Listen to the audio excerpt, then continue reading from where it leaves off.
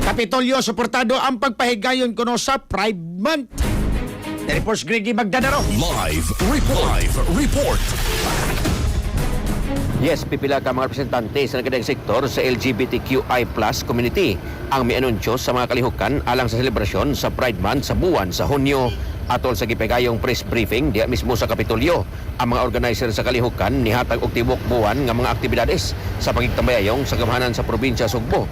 Din katuyuan nini ang pagpakita sa usa kini usang pagigambit sa pagselebrar sa Pride Month.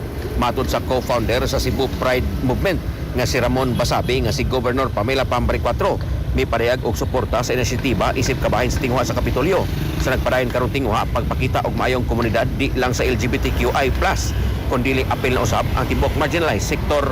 Dugang panibasabi nga ang Cebu Pride nilambo sa milabayng katuigan human sa pipila ka tuig nga pagpadayag sa ilang katungod alang sa patas nga pagtatar alang sa tanan. Ani ang mga calendar activities sa Pride Month celebration. Diin sa June 1 ipahigayon ang Cebu Pride Month opening ug DEI Summit. June 7 Radwind Pride 2026. June 13 Hook Up with the Musical. June 14 The Big Pride Picnic. June 26 Mr. Gay. June 27 Cebu Grand Pride March. June 28 Mandawi City Pride Parade. June 30 Pasalamat and Prism Awards. Kabahin usab sa diskusyon atol sa iskutan nga press briefing nagsentro sa proposal nga mag-institutionalize sa LGBTQIA+ community sa gitawag og right to care o right to decision panahon sa medical emergency, partikular na sa mga sitwasyon nga usa ka panay sa ilang pamilya dili available.